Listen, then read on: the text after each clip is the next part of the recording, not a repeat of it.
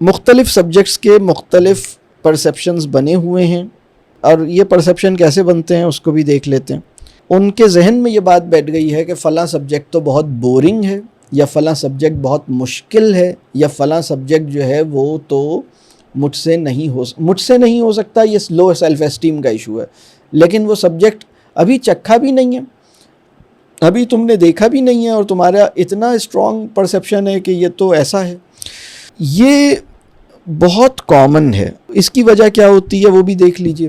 دیکھیے، ہم جو کچھ اپنے سبجیکٹ کے بارے میں کہتے ہیں یہ اس سبجیکٹ کے لیے اورینٹیشن ہے۔ What we say about this subject to children, یہ بہت اہم ہے۔ ایک ٹیچر نے کہا بھئی ویسے تو یہ بہت ایک مشکل سا اور بڑا ڈرائی سبجیکٹ ہے، لیکن ہم کوشش کریں گے کہ آپ کو یہ انٹرسٹنگ لگے۔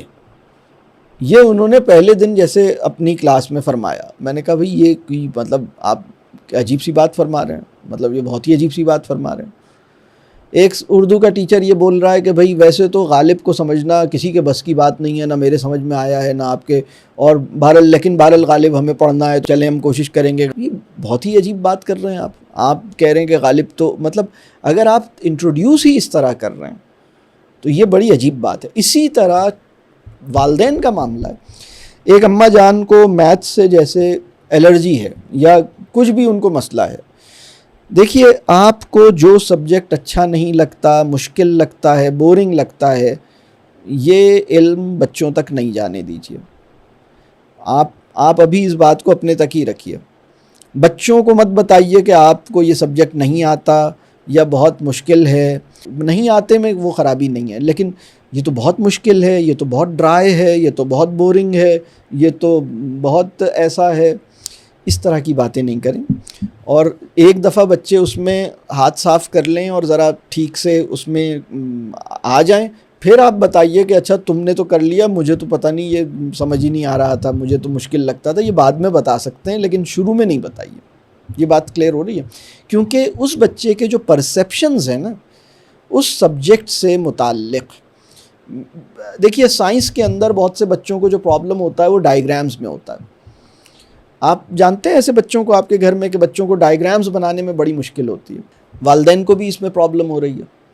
اچھا کچھ والدین یہ کر رہے ہیں کہ اچھا چلو میں بنا کے دے دوں گی، اور اماں جان کی بڑی اچھی ڈرائنگ ہے، انہوں نے بچے کی بنا کے دے دی، پھر تھوڑی سی اس میں غلطیاں بھی کر دیں تاکہ وہ بچے جیسی لگے۔ تو اصل میں بس مقصد یہ ہے کہ ہوم ورک ہو جائے، کلاس ورک ہو جائے، نمبر آ جائیں۔ اب جیسے وہ چیٹ جی پی ٹی سے کر لو، آپ اس انسان کا کیا کریں گے جو اس درجے کا نادان ہے کہ اپنے ساتھ خیانت کرنے پہ راضی ہے، اپنے ساتھ خیانت کرنے پر۔ یعنی ایک اسائنمنٹ ہے جو کہ وہ اے آئی کی مدد سے کر رہا ہے، ہو سکتا ہے ریفلیکشن ہی اے آئی کی مدد سے لکھ لے۔ مطلب اس سے بڑی خیانت میں تو تصور نہیں کر سکتا۔ یہ بات سمجھ آ رہی؟ تو اللہ بس رحم فرمائے۔ میتھمیٹکس کے اندر ایک اور جو مسئلہ ہے، میتھس وہ سبجیکٹ ہے جس کے اوپر باقاعدہ کتابیں ہیں، ایک پورا موضوع ہے، ایک پورا کانسیپٹ ہے میتھس اینگزائٹی، ایک پورا کانسیپٹ ہے مطلب میتھس